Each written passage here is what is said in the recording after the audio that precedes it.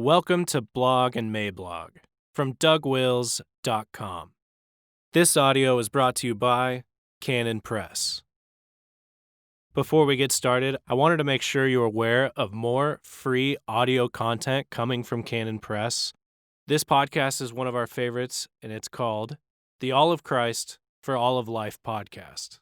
This podcast is an audio highlight reel, fiery debates, life-changing seminars, practical workshops, and the best of conferences, sermons, and audiobooks. At Canon Press, we are gospel outfitters. No matter who you are or what you do, you're called to be increasing in faithfulness. That's because Jesus' death and resurrection changed absolutely everything. All of Christ, for all of life, for all the world.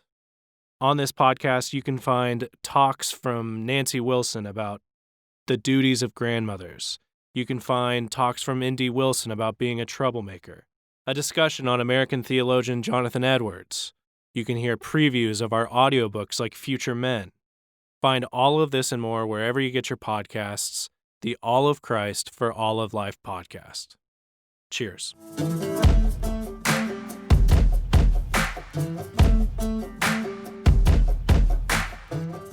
Masks and a Lesson in Narnian Civics, July 13, 2020. Introduction. One of the things that troubles thoughtful Christians about resisting the orders to mask up is that it seems too darn convenient on a personal level. It seems like we are saying that you should obey the authorities above you so long as you agree with them, but as soon as they tell you to do something distasteful or otherwise irritating to you, the immediate call is to man the ramparts, every man to his tent, O Israel. So are we not just scofflaws who want to have the reputation of being dutiful citizens? No, not at all. But there's still something profoundly right about this concern. Submission that only submits when it agrees is not actually submission at all. To say you will submit to an authority above you only to the extent that, and only insofar as his decisions are correct, is actually to crown yourself king of the universe. It is not submission at all. So how are we to tell the difference between godly submission to lawful authority that cheerfully obeys, even when it disagrees, on the one hand, and godly resistance to unlawful requirements on the other? Keep in mind that such resistance could be directed at unlawful authority simpliciter, or the unlawful acts of a lawful authority. The meaning of limited government. All thoughtful Christians understand that there's only one actual form of unlimited government, and that is the government of the infinite Almighty. Only God occupies that throne. His authority is complete, infinite, pure, unbounded, and omnipotent. The only limitations that God experiences, if you want to call them limitations, are those that arise from his own nature and character. God cannot lie, for example, because of who he is. Numbers 23:19. The authority that God possesses is a communicable attribute. In contrast, his aseity, his omnipotence, and his infinitude are incommunicable attributes. He cannot bestow them on a creature. But he has other attributes that are communicable, attributes like love and justice and kindness and authority. But whenever a creature receives authority from God, whether it be as a king or a father or a husband or a minister, that authority is, in the very nature of the case, bounded and limited. It always bumps into other jurisdictions, both above and to the side. God is obviously above, but there are usually other human authorities that outrank him also. And off to the side, there are peers with equal authority in other places. At some point, South Dakota becomes North Dakota. So, no creature has absolute authority. And this means that whenever we acknowledge the true authority of a creature, we are in that moment simultaneously acknowledging that there is a place where his authority ends. There is no way to grant authority to a creature, biblically speaking, without in the same breath acknowledging the necessity of this built-in limitation. So, these are the two basic limitations in all forms of creaturely authority we must submit to. The first is the vertical limitation, as indicated by the phrase under God. The second is the horizontal limitation that is seen in the existence of other creaturely authorities. There are boundaries above, and there are boundaries to the sides.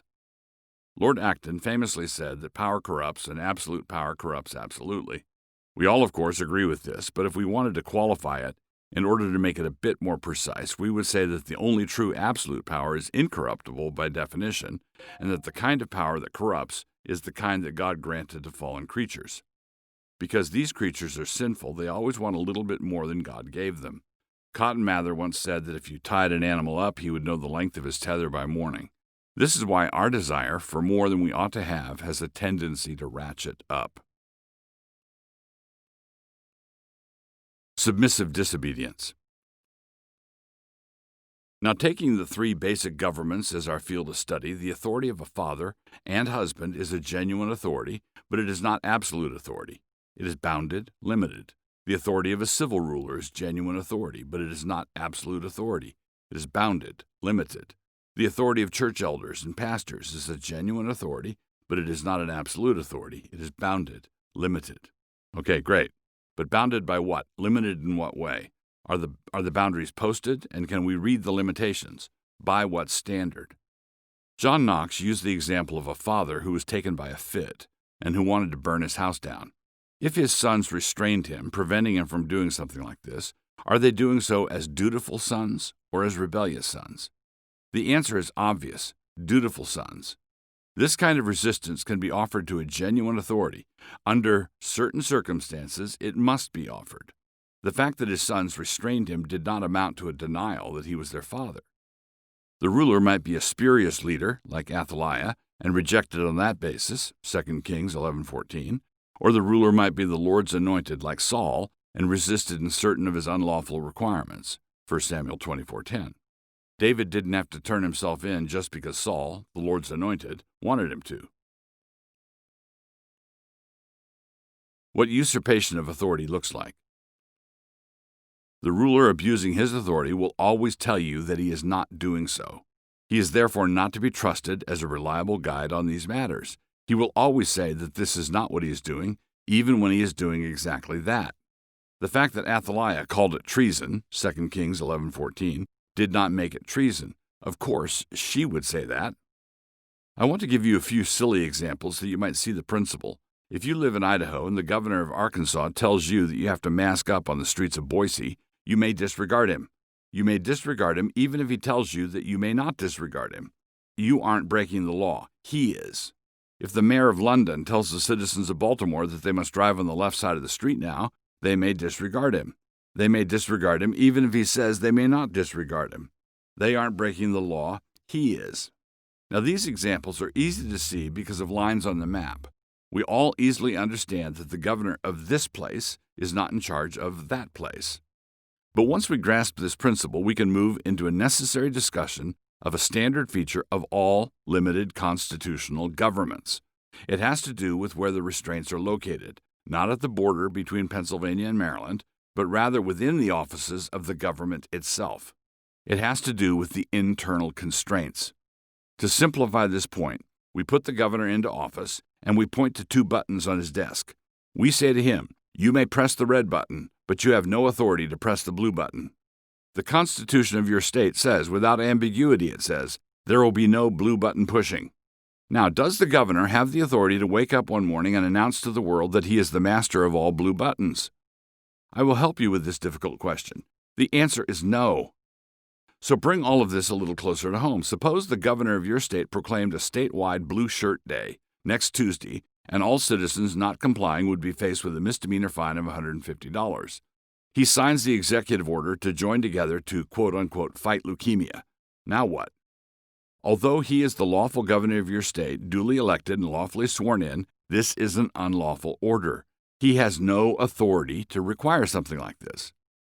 If the governor of your state required you to wear a bicycle helmet whenever you were outside to protect you from falling cancer, would you do it? Some Narnian civics. This is what constitutional government is. This is how it works. This is what it means. Civil rulers may not touch the blue buttons.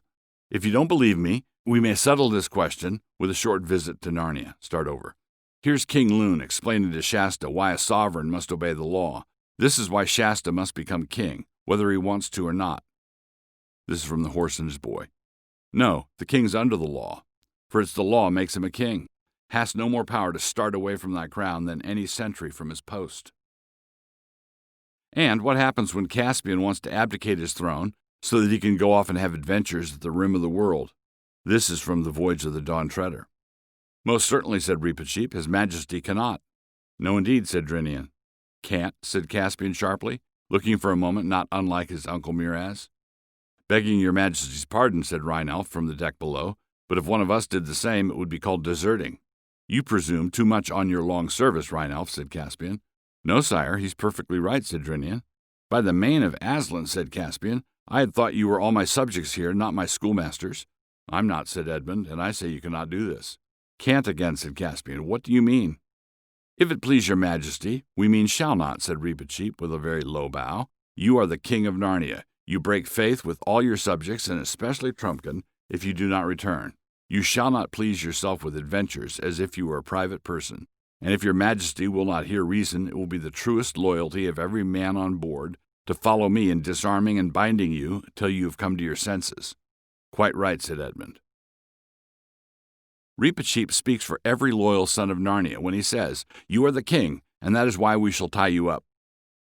At the same time, real submission means that you obey when you profoundly disagree with the decision being made. Trumpkin didn't believe in the horn, and didn't believe that blowing it would bring them any help at all. This is from Prince Caspian. Thimbles and thunderstorms, cried Trumpkin in a rage. Is that how you speak to the king? Send me, sire, I'll go. But I thought you didn't believe in the horn, Trumpkin, said Caspian. No more I do, your Majesty. But what's that got to do with it? I might as well die in a wild goose chase as die here. You are my king. I know the difference between giving advice and taking orders. You've had my advice, and now it's time for orders. There's a difference between a foolish decision made by a lawful authority, but one which he has the authority to make, like blowing the horn, and an unlawful decision, like abdicating the throne for the sake of adventuring. But notice how Trumpkin is no mindless follower. He doesn't obey orders blindfolded. He obeys orders he disagrees with wholeheartedly, but he knows exactly where his obedience would leave off. This is also from Prince Caspian. We should not have Aslan for a friend if we brought in that rabble, said Trufflehunter as they came away from the cave of the Black Dwarfs. Oh, Aslan, said Trumpkin cheerily but contemptuously. What matters much more is that you wouldn't have me. The Creed of a Free Hobbit. So let us not stop with Narnia. There are civics lessons to be obtained in the Shire as well. From The Return of the King. All right, said Sam. That's quite enough. I don't want to hear no more. No welcome, no beer, no smoke, and a lot of rules and orc talk instead. Also from The Return of the King.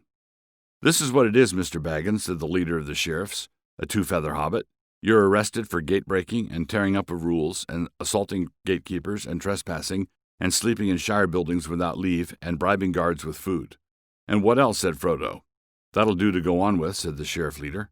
I can add some more if you'd like it, said Sam, calling your chief names, wishing to punch his pimply face, and thinking you sheriffs look a lot of tomfools. Also from The Return of the King. We've been drifting on this lazy river of serfdom for so long that we've forgotten how free men, the kind who actually understood their freedom, would have responded to this kind of centrally organized tin-whistle tyranny. I like to imagine Patrick Henry coming back to visit us all for a fortnight. First he'd put his foot through the side of all the posted officiousness, and then he would spend the rest of his time thrashing us for having put up with this stuff for so long. One last thing. So all this has been for those Christians who believe that the masking mandates are something we must submit to because a lawful authority has required it of us.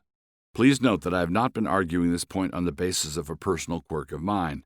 I am not making this point because my left eye is twitching again. A circuit court has struck down the masking order of the governor of Kentucky on just this sort of reasoning.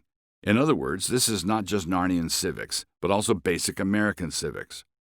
There are two basic issues in play.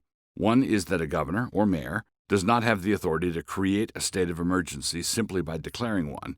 He may respond to a state of emergency by declaring one, but he does not have the authority to make the asteroid appear.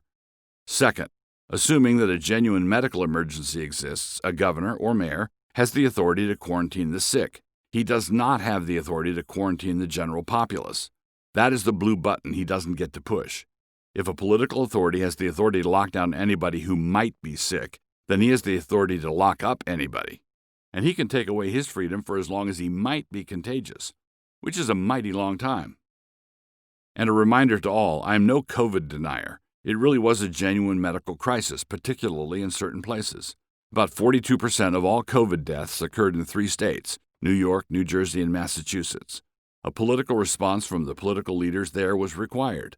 Ideally, it should have been a competent response instead of the one they got, but a vigorous response really was demanded. Here's a study on the efficacy of masking by the general public. The study is from April, and so some will say that in COVID terms this was centuries ago. What about all the latest data? I would reply that a study from April is a study from before the moment when masks became a political flag. And for your reading pleasure, here's another one. Okay, wait, this is the last thing.